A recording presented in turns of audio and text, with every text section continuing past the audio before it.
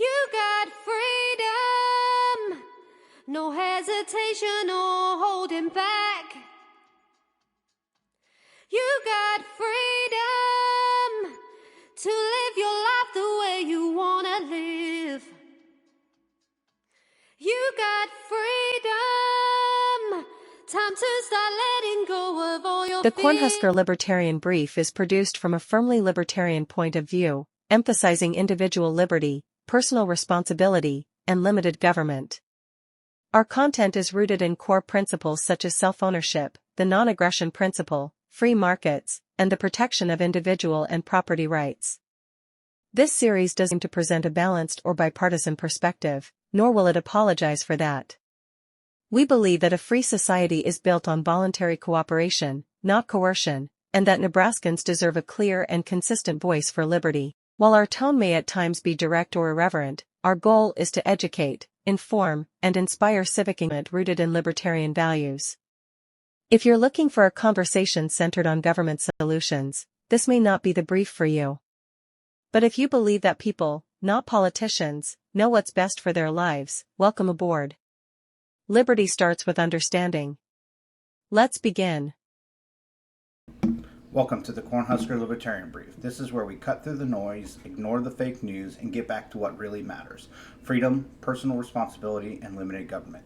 I am the Cornhusker Libertarian, a husband, a father, a veteran, and a proud Nebraskan. I swore an oath to the Constitution, and just because I took off the uniform doesn't mean that oath expired. This is my way of continuing to serve by standing up for your liberty. The founders didn't design a system to control people. They built one to protect us from government control. Let's be honest, the duopoly has broken that trust. We're buried under $36 trillion from reckless spending. They've dragged us into endless unauthorized wars and allowed unconstitutional surveillance of Americans and handed out corporate bailouts like candy, all at the expense of the taxpayer. And, the cherry on top, emergency powers that just never seem to end. Everything can't be an emergency. So now it's time to push back with facts, with history, and with principle. Because liberty isn't negotiable. Make sure you hit that subscribe button and join the fight to make the government serve us again, not rule over us. First, let's define it. A victimless crime is an act that is prohibited by law, but does not directly violate or threaten the rights of any specific, identifiable victim. In other words, no one is harmed against their will or without their consent. These are often considered crimes against the state or public order offenses, and often involve consensual behavior. Prosecution is justified by the public interest, morality, and state control, not individual harm. Here are a couple of examples. An adult choosing to use marijuana at home. In Nebraska, a possession of 1 ounce to 1 pound is a Class 3 misdemeanor, punishable up to 3 months in jail and a fine of $500. A consenting sex worker and client conducting a private exchange. In Nebraska, solicitation, hiring a sex worker, is a Class 1 misdemeanor, punishable up to 1 year in jail and a fine of up to $1,000. Poker night, where friends bet real money. In Nebraska, that's promoting gambling in the 3rd degree. Class 4 misdemeanor, punishable by a fine of up to $500. Let's bring this topic to life with real examples, recent victimless cases from right here in the Midwest and others that have made national headlines. Imagine a Nebraska college student pulled over for driving slightly over the speed limit on I-80 coming from Colorado. He wasn't endangering anyone, he didn't cause an accident, and quickly corrected his speed. Yet, he was still pulled over by the Nebraska State Patrol. Now imagine if during that stop, the officer found a small amount, half an ounce, of psilocybin mushrooms, strictly intended for personal use. In this real 2022 Nebraska case, a 28-year-old resident of Lincoln, Nebraska, was ultimately sentenced to 6 months in jail. The cost to the taxpayer, including law enforcement time, court resources, and incarceration, was estimated near $20,000. All this for a nonviolent personal choice that has already been decriminalized or legalized in many other states. Speeding and personal possession of drugs have one key thing in common: no one else was harmed. From the law enforcement perspective, speeding is treated as a crime for so-called preventative public safety, but libertarians see it differently. It's a victimless crime, one that may carry risk, but doesn't justify punishment unless actual harm occurs.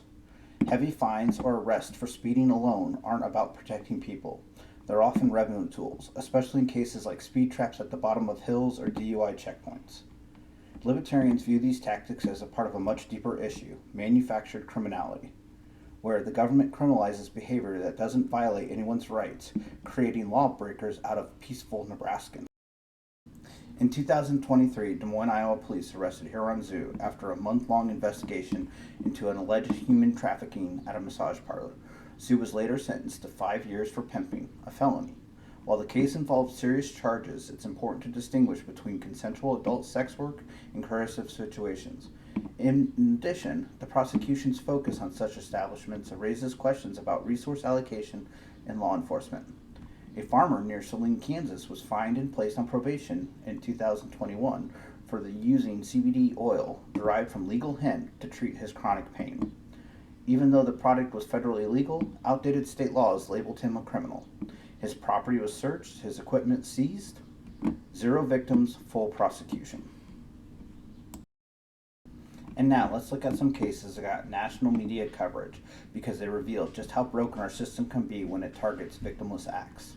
Eric Gardner, 2014, New York, was confronted and ultimately killed by police for allegedly selling loose cigarettes on the street corner, a misdemeanor offense, with 0 victims, turned fatal, and the video sparked nationwide outrage.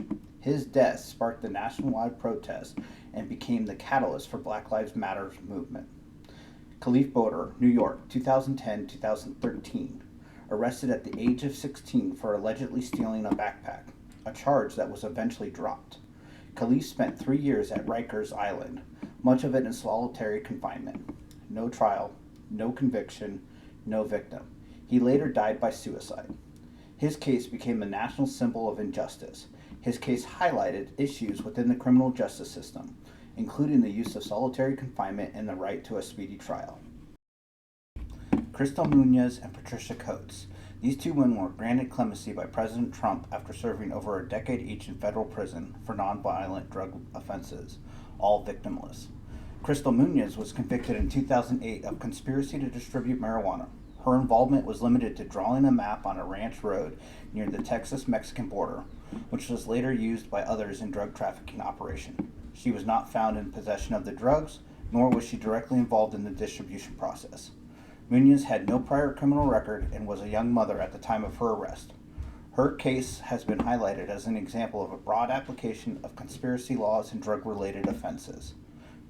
Patricia Coates was convicted of conspiracy to possess with the intent to distribute 1,000 or more kilograms of marijuana.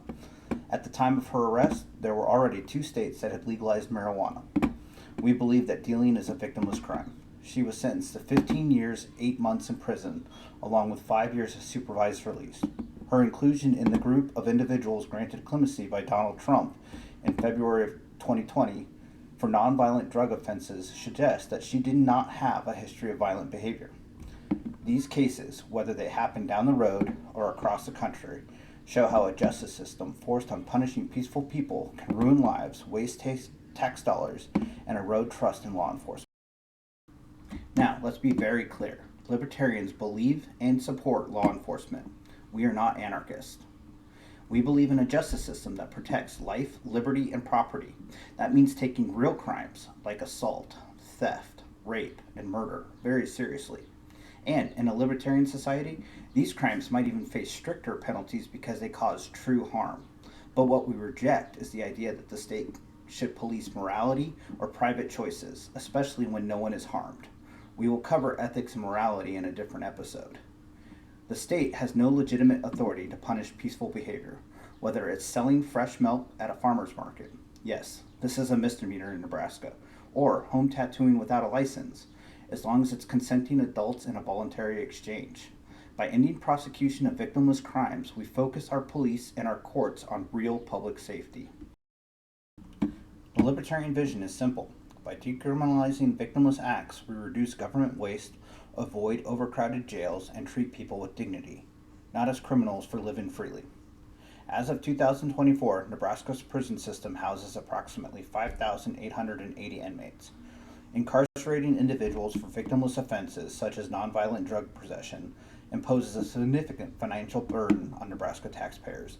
The average annual cost to incarcerate a single individual in Nebraska is approximately $42,000.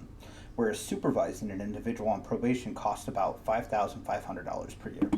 In 2019, nearly 44% of the inmates in Nebraska state prisons were incarcerated for drug offenses. Assuming a similar proportion in 2024, this would suggest that approximately $109 million are being spent for drug-related offenses. While not all drug offenses are victimless, many involve nonviolent possession or use.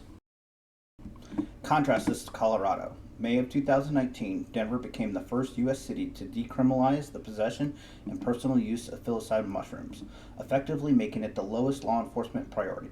In 2019, Colorado generated approximately $302.5 million in cannabis tax revenue, marking a significant contribution to the state's budget.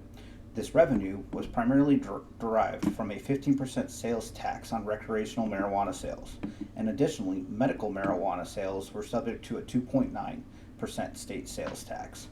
These funds were allocated to various programs, including K-12 education, public health initiatives, substance abuse treatment, and law enforcement. These examples may not represent a pure libertarianism in their ideal form, but it clearly demonstrates that when adults have the freedom to make their own choices, free markets flourish, spurring economic growth without the need for heavy-handed government restrictions. A different perspective and improved outcomes. Alternative programs often focus on rehabilitation, which can lead to lower recidivism rates and better reintegration into society. While this brief is not an endorsement of any of the following facilities, it highlights the existence of successful alternative programs in Nebraska. North Point, Nebraska, located in Omaha, recognized among America's top addiction treatment centers by Newsweek in 2024. Miracle Addiction Treatment and Recovery Program at Sienna Francis House in Omaha is an accredited, comprehensive, free residential treatment for adults aged 19 and over who are experiencing homelessness or are at risk due to substance use disorder. Valley Hope in O'Neill. Alumni and family members consistently rate this facility highly, with treatment effectiveness averaging 4.2 out of 5 stars. By decriminalizing victimless acts and expanding alternate sentence programs, Nebraska could alleviate overcrowding, reduce expenditures, and allocate resources more effectively, all while treating individuals with dignity and focusing on rehabilitation over punishment. In this brief, we looked at how the state criminalizes peaceful choices, from personal marijuana use to private behavior with no victims. We call it manufactured criminality. Libertarians believe in real law enforcement and justice, protecting life, liberty, and property, and prosecuting crimes like assault, theft, rape, and murder. We are not anarchists. That's the Nebraska way: hard work, common sense, and freedom with accountability. If this brief aligns with your views, maybe you're already a libertarian and didn't know it. So make sure to subscribe, share, and spread the message of liberty. Register as a libertarian, and if you can, donate to help us grow this movement right here in Nebraska. Thank you.